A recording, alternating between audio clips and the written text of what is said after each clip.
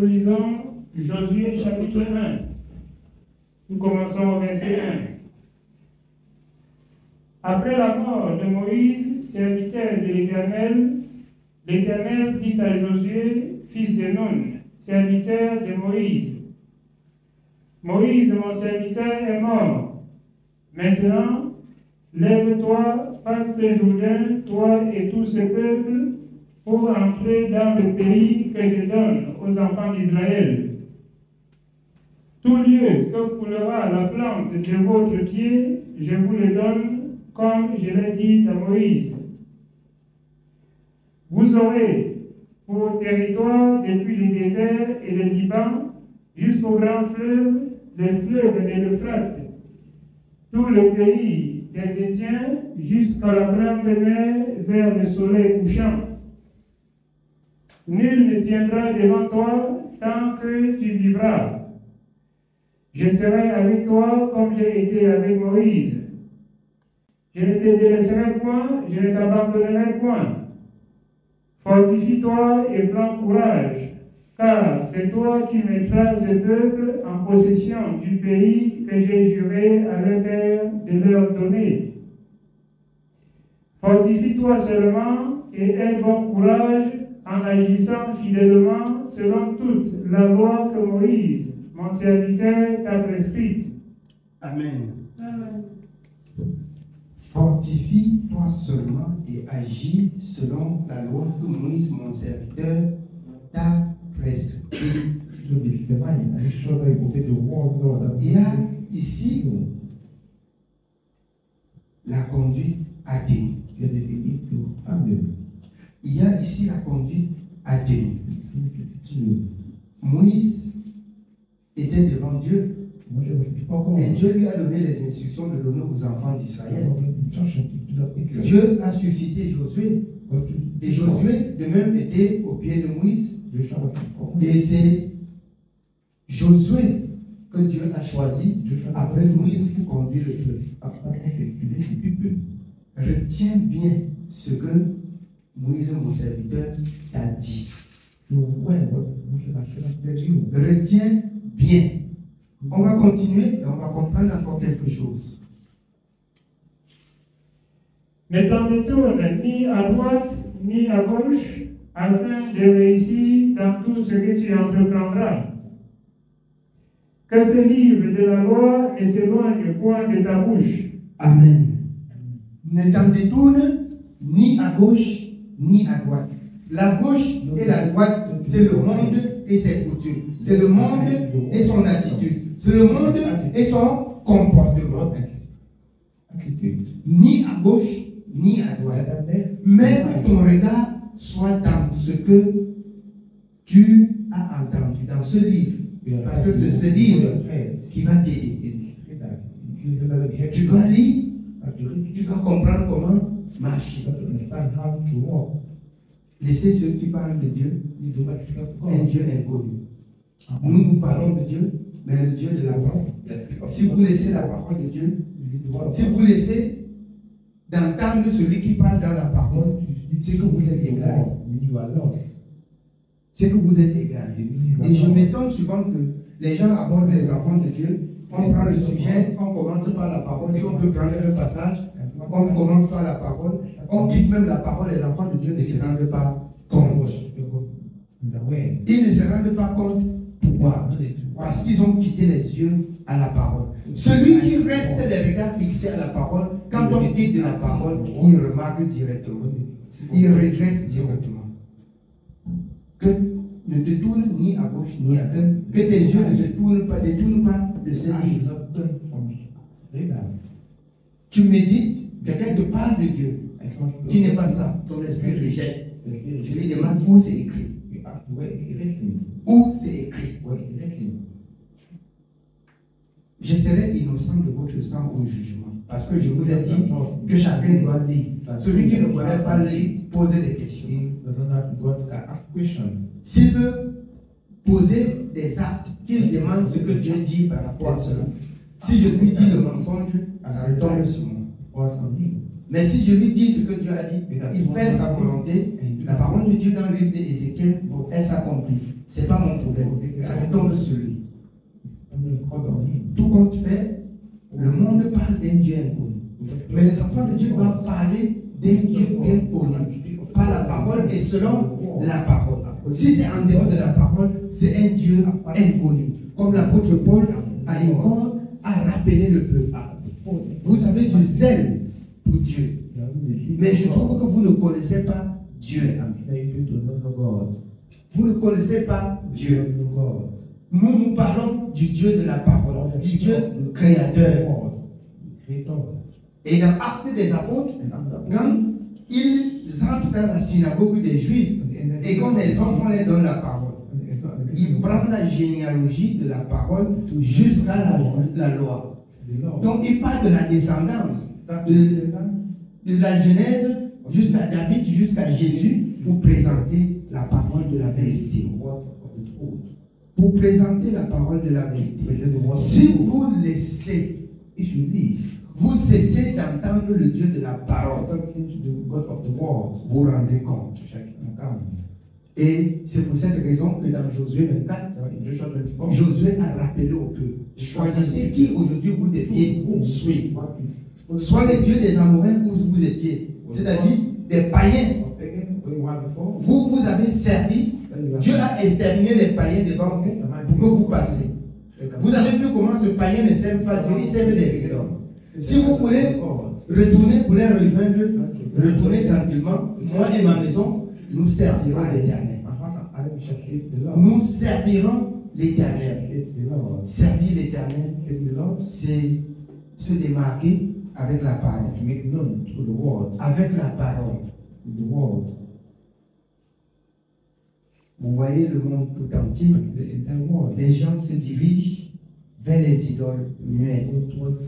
Or, je m'étonne même que la créature de Dieu aille se prosterner devant les images, quand Dieu dit, même depuis Deutéronome, que tu ne te prosterneras point devant les idoles, devant les images. Tu ne feras point des représentations de quelques idoles. Et le peuple de Dieu, c'est ce qu'ils font. Les hommes les attirent et les fait prosterner. On dit, voilà, c'était la main de Dieu. Voilà, c'est Jésus lui-même.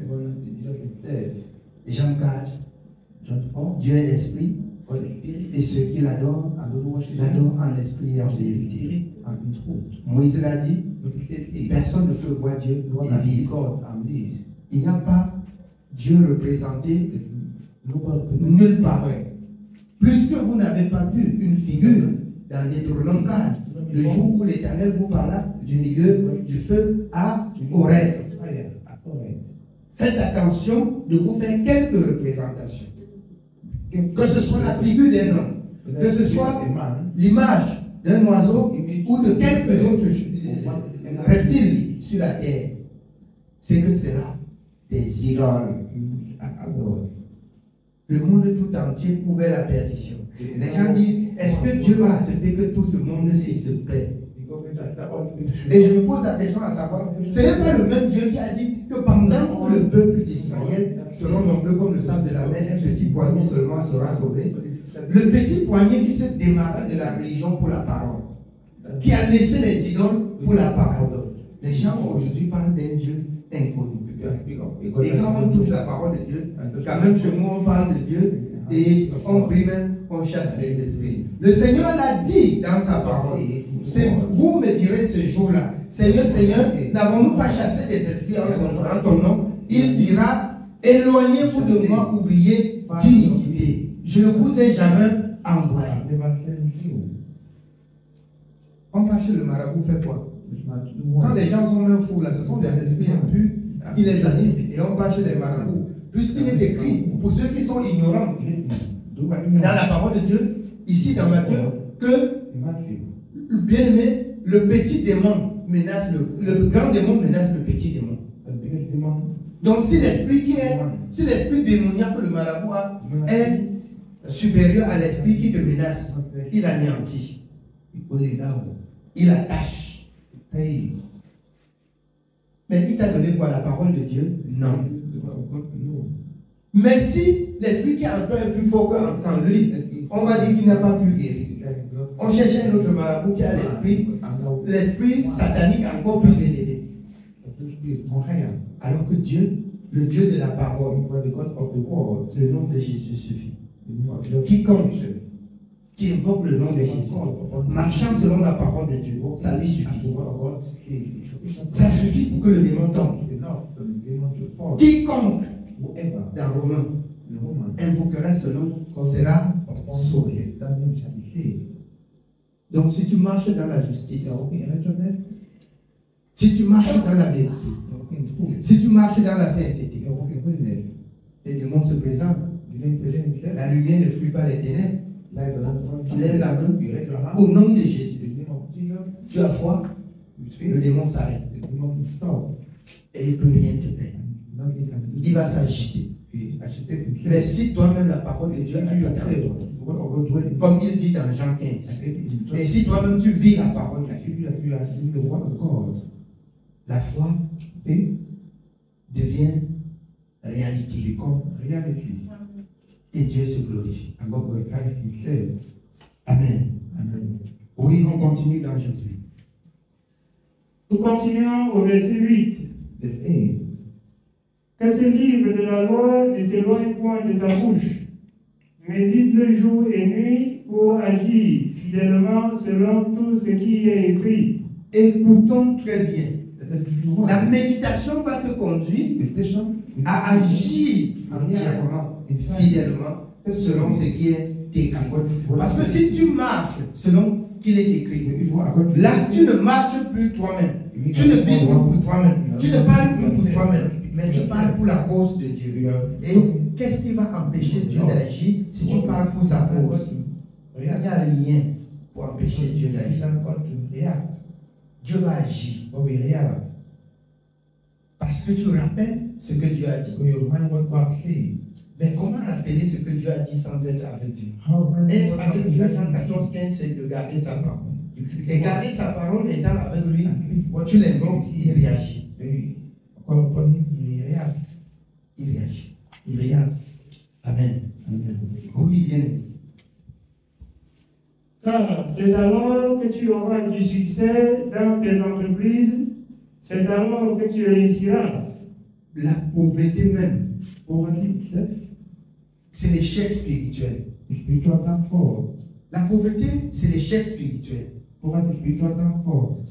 Je vous explique. Dans Colossiens, il dit vous avez tout pleinement en lui. Vous avez tout pleinement en lui. Mais comment tu peux avoir tout pleinement en lui?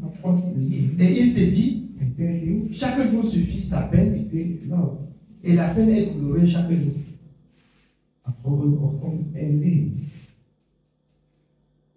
Alors, c'est alors que tu réussiras dans tes entreprises. On parle de tout ce que tu dois entreprendre. Et que tu dois entreprendre selon Dieu. Il faut, dans la 16, marcher par l'esprit. Il faut que ce soit bien Dieu qui te dit, fais. Il n'y a rien pour empêcher que ça marche. Mais si charnellement tu fais, c'est possible que ça ne marche pas. C'est possible que tu fais tout, ça ne marche pas. Et les païens s'en sortent devant toi. C'est possible. Oui, bien. Nous continuons au verset 9. Ne t'ai-je pas donné cet ordre? Fortifie-toi et prends courage. C'est un ordre. Ne t'ai-je pas donné cet ordre? Fortifie-toi et prends courage. Enfant de Dieu, si tu n'es pas courageux, devant les épreuves, tu vas abandonner. Tu vas échouer. Tu vas perdre la foi. Amen. Oui, bien. Ne t'effraie point. Ne t'effraie point. Ne t'effraie point, oui. Ne t'effraie point et ne t'épouvante point. Car l'Éternel, ton Dieu, est avec toi dans tout ce que tu entreprendras. L'Éternel, ton Dieu, est avec toi dans tout ce que tu entreprendras. Si nous vivons, ce n'est plus nous qui vivons, c'est l'Éternel qui vit en nous. De même que si nous marchons, ce n'est plus nous qui allons marcher, nous allons marcher par la conduite de l'Esprit de l'Éternel. Et là, ce qu'il va nous donner de faire, on va réussir. Il peut avoir quelques épreuves, mais ton esprit peut te rassurer que tu es avec Dieu et que c'est selon Dieu. Tu persévères, tu réussis. Tu peux te décourager que c'est l'épreuve et que c'est la volonté. Tu échoues. Et donc, ce qui est bien, c'est d'entendre la voix de Dieu. C'est de vivre la parole de Dieu. Si bien que même où tu échoues, tu poses la question à Dieu, qu'est-ce qui fait bien que j'échoue? Tu te lamentes de prier. Est-ce que c'est ta volonté ou ma volonté que j'ai fait pour échouer? Parce que tu m'as dit que je ne dois pas échouer. Amen. Oui, bien. Nous continuons au verset 10. Josué donna cet ordre aux officiers du peuple. Parcourez le camp et voici ce que vous commanderez au peuple. Préparez-vous des provisions, car dans 3 jours, vous passerez ce Jourdain pour aller conquérir le pays dont l'Éternel, votre Dieu, vous donne la possession. Amen. Il y a ici la préparation pour affronter la bénédiction, la promesse de Dieu. Je parle ici que les enfants de Dieu comprennent que je dois servir Dieu, comprendre Dieu, méditer la parole de Dieu, ne pas m'éloigner de la parole de Dieu et me préparer maintenant. Si c'est le travail, je me fortifie, je prends le temps devant Dieu. Dans 3 jours, vous allez faire comment? Vous allez traverser le Jourdain et vous allez entrer en possession. Comment se préparer? Les enfants de Dieu aujourd'hui, même le travail, là, ils cherchent comme les païens. Or, que signifie dans Matthieu chercher premièrement le royaume et la justice? Prendre le temps d'avoir la connaissance. Quand tu as la connaissance, et aussi que tu veux postuler quelque part, tu dis, Seigneur, voici, je vais, si cela est ta volonté. Je vous dis, si vous avez appris à discerner, Dieu va exactement vous montrer si c'est sa volonté ou pas. Jusqu'à si vous êtes spirituel, vous allez connaître là que vous allez aller déposer, on va vous prendre.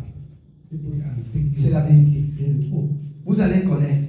Mais aujourd'hui, on laisse de chercher à comprendre. Et on chante. Je sais un Dieu de miracles. C'est le monde. C'est un Dieu de miracles, c'est vrai. Alors, ces miracles ne sont pas au vent. Dieu opère le miracle quand tu l'as compris. Vous avez dit ici rien que Jésus faisait des miracles. Est-ce que les gens avaient compris? C'est pas ça. Alors, la femme pécheresse, il lui a dit, je te pardonne pas et ne pêche plus. Va et ne pêche plus. Et il y a ici une très grande différence entre Jésus, Dieu, et nous serviteurs. C'est pas ça. Jésus peut te rendre selon sa volonté. Même tu ne le connais pas, il te prend même de l'amour. Même le plus vieux marabout de ton quartier, Jésus peut changer sa vie en un clin d'œil. Jésus peut tout changer sur lui. Jésus peut tout changer. Mais si je me présente, je vais donner seulement la notice. Je vais l'aider à comprendre la notice pour être changé. Mais si c'est Jésus qui se présente, Jésus peut déshabiller toutes ces choses-là et lui rendre ce qu'il veut. Il fait grâce à qui il veut, miséricorde à qui? Great ability to win one. Amen. Enfant de Dieu, Child of God, recherche la justice, keep justice, la vérité truth, et la paix de l'Éternel. and peace of the Lord. Là, marche humblement avec ton Dieu. Surely you are God. Il va t'orienter, He guide you. il va te dire ouvre. If they open, Tu ouvres, you open. même ton président ne ferme pas. You are president the law. Il va te dire ferme. Then you close. Tu fermes, You close.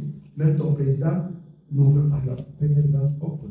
Parce que Because c'est le Dieu des rois it's the et des God présidents. Lui, il est président, roi des rois. King of kings. C'est lui. He's the one. Tous les genoux fléchissent devant sa présence. We bow for his presence. Amen. Oui, bien aimé. On continue. Nous continuons au verset 12. This world. Josué dit aux Rubénites, aux Gadites et à la demi-tribu de Manassé: Rappelez-vous ce que vous a prescrit Moïse, serviteur de l'Éternel, quand il a dit: L'Éternel, votre Dieu, vous a accordé du repos et vous a donné ce pays. Vos femmes, vos petits-enfants et vos troupeaux resteront dans le pays que vous a donné Moïse de ce côté-ci du Jourdain. Mais vous tous, hommes vaillants, vous passerez en armes devant vos frères et vous les aiderez jusqu'à ce que l'Éternel ait accordé du repos à vos frères comme à vous, et qu'ils soient aussi en possession du pays que l'Éternel, votre Dieu, leur donne. Je voudrais que ici, là, nous comprenions quelque chose. You understand the here. Israël, les hommes vaillants, c'est-à-dire ceux qui sont travailleurs, qui peuvent conquérir, les autres restent, Men. ils conquérissent, They come et il revient vous donner aussi le travail. I want to give you war. Ceux que Dieu a accordé la grâce d'avoir les sociétés, la priorité d'abord sont des enfants de Dieu. Ce qu'ils auront, c'est ce qui est bien. Ils laissent, c'est pas tout le monde qui part. Parce que les enfants de Dieu aujourd'hui, il y a ceux qui disent, je ne peux pas travailler chez quelqu'un. Ah, qui peut travailler chez quelqu'un? C'est être encore même ignorant. C'est travailler avec l'esprit divisé. Au moins, ma pensée, je lis d'abord la parole. Si je pouvais donner le travail à tous les enfants de Dieu, si j'avais la capacité de donner le travail à tous les enfants de Dieu, je le ferais. Je le ferais. Si les autres personnes ont le cœur, comme ils ont cru là, le cœur converti, Dieu va les donner aussi des possibilités, des sociétés, et ils doivent donner le travail aux enfants de Dieu, afin que le peuple de Dieu soit humble et soit libre de prier Dieu, de lire et de fermer même à l'heure de prière pour prier Dieu. C'est la vérité. À un moment donné, si le Seigneur nous accorde des moyens, nous pouvons dire, nous travaillons tous ici. Alors, au moment où nous allons manger, fermer, on ferme.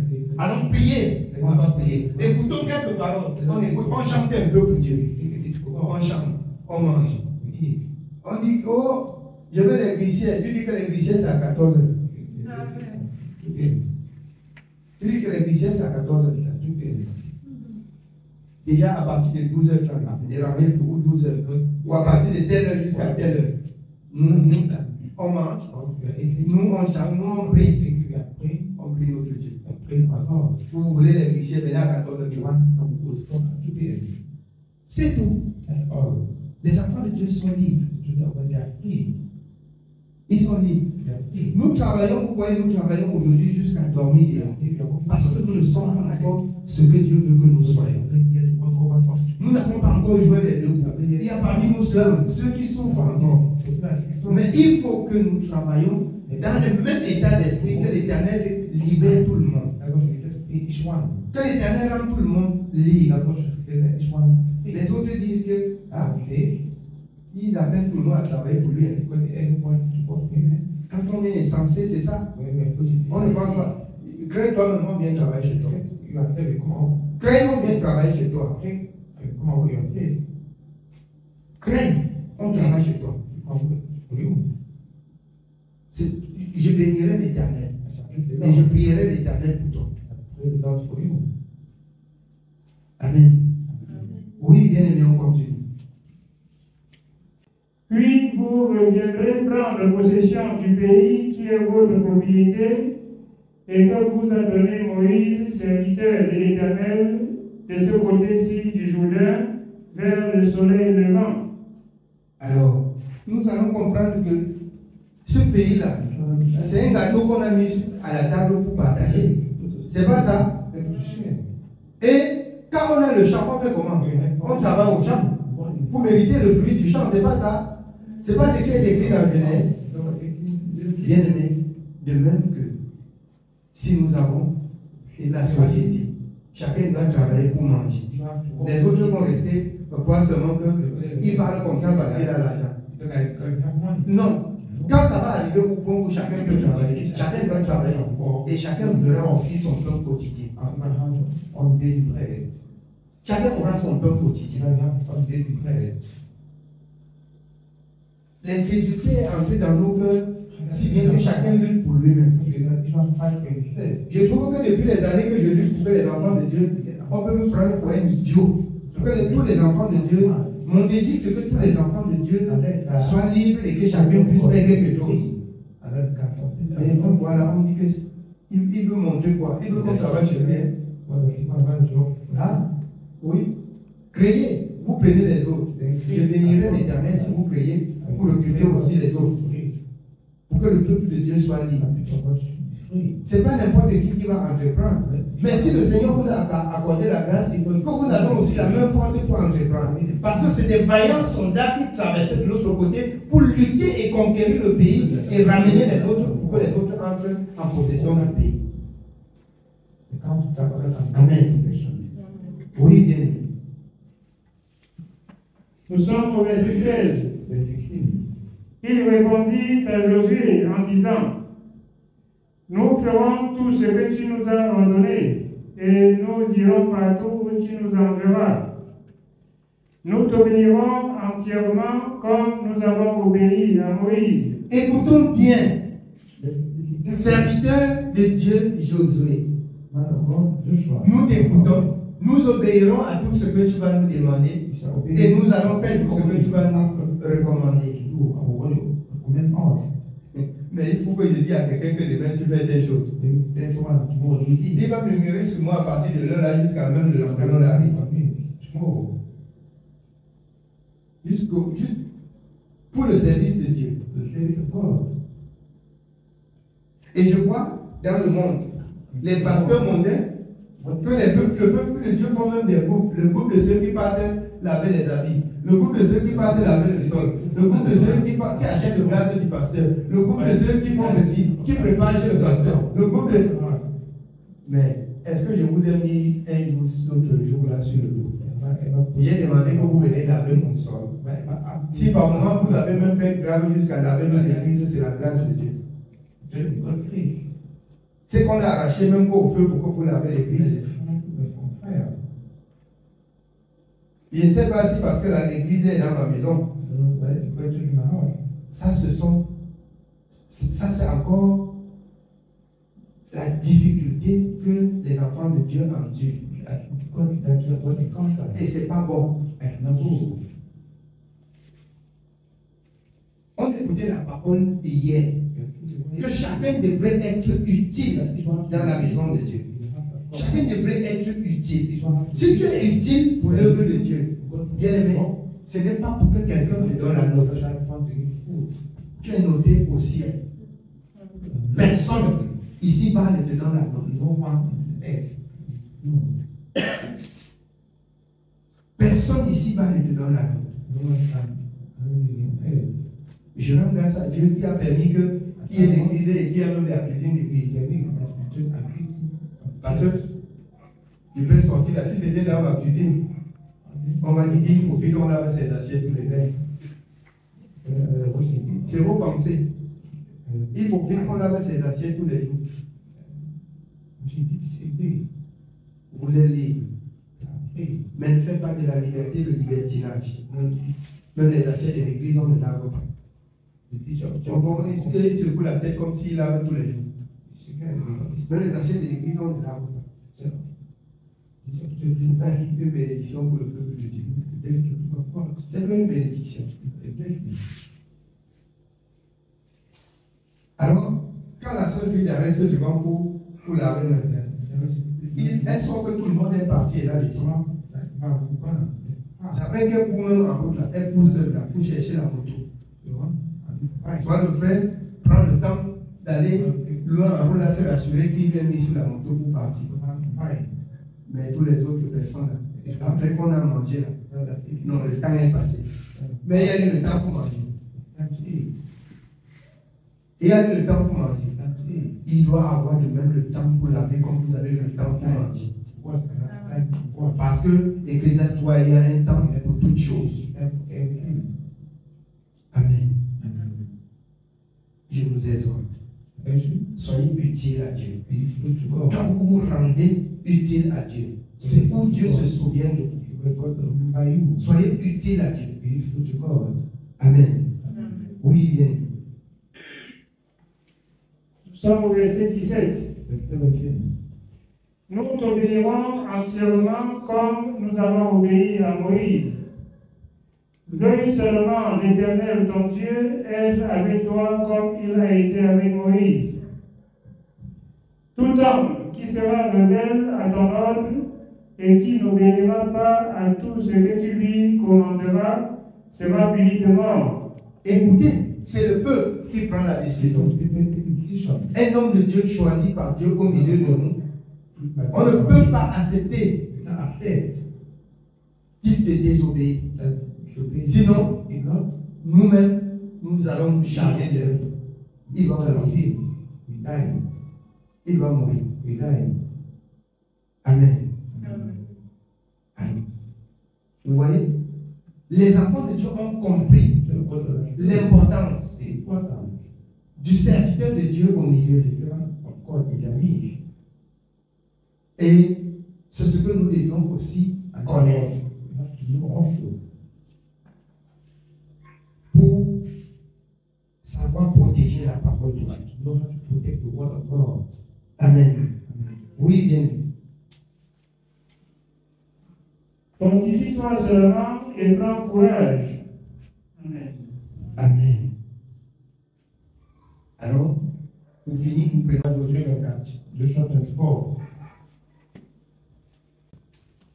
À partir du verset 14. Nous lisons Josué chapitre 24. Nous commençons au verset 14. Maintenant, craignez l'Éternel et servez-le avec intégrité et fidélité. Maintenant, craignez l'Éternel et servez-le avec intégrité. Selon le livre que vous avez lu, selon l'enseignement que vous avez reçu. Oui. Faites disparaître les dieux qu'ont servi vos pères de l'autre côté du fleuve et en Égypte, et servez l'Éternel. Faites disparaître.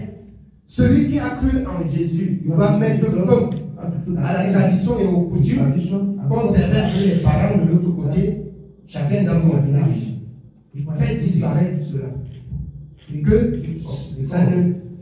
Que ça ne se présente plus sur ta vie, sur ton passage. Mets fin à ça. Et donne-toi tout entier à l'Éternel, ton Dieu, le Dieu de la parole, le Dieu créateur. Oui, bien. Continuons au verset 15. Et si vous ne trouvez pas bon de servir l'Éternel, choisissez aujourd'hui qui vous voulez servir. Ou les dieux que servaient vos pères au-delà du fleuve, ou les dieux des Amoréens dans le pays desquels vous habitez. Moi et ma maison, nous servirons l'Éternel. Alors, il le rappelle, Il m'a dit, ce n'est pas une pression. dans le trésor, Josué dit, je choisis, choisissez. choose. Si vous voyez que c'est les dieux des coutumes au village là-bas qui You have let the God handle. sont bons, That's good. ne mélangez pas You don't mix avec Dieu. with God. Laissez Dieu et allez servir If Dieu. God Allah sit down. Mais si vous trouvez que l'Éternel est bon, You see that servez-le. Parce que si vous abandonnez moi et ma maison, nous sommes pour l'Éternel. my heart and I, Nous sommes pour l'Éternel. Lord. Amen. Oui, bien. Au verset 16, le peuple répondit et dit, loin de nous la pensée d'abandonner l'Éternel et de servir d'autres dieux. Car l'Éternel est notre Dieu. C'est lui qui nous a fait sortir du pays d'Égypte, de la maison de servitude, nous et nos pères.